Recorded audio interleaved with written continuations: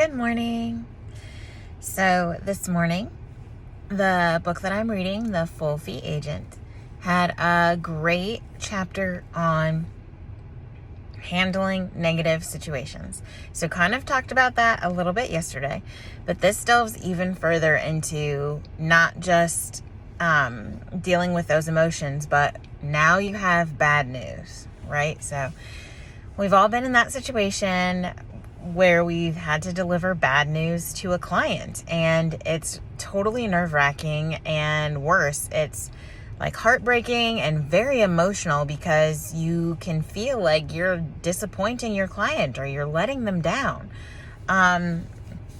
So this goes through how to kind of work through that process, and it's very counterintuitive, but I loved it. So the first thing is to start with the words, I have some bad news.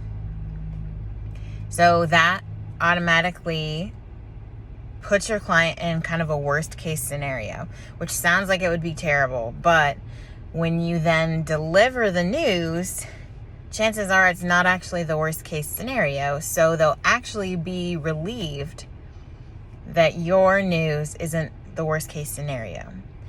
And in the same situation, but possibly a little bit more involved, they honestly advise you to talk about how the client is going to feel first. So you might feel disappointed, you might be very upset with me, you might feel misled, and that really seems counterintuitive. But basically, you're trying to prime the person, your client, into, oh no, I would never think that about you. And then you tell them the news. And because they've already told you they would never do that, it's just a natural thing for them to say, oh, well, this isn't great, but let me think on it and I'll get back to you.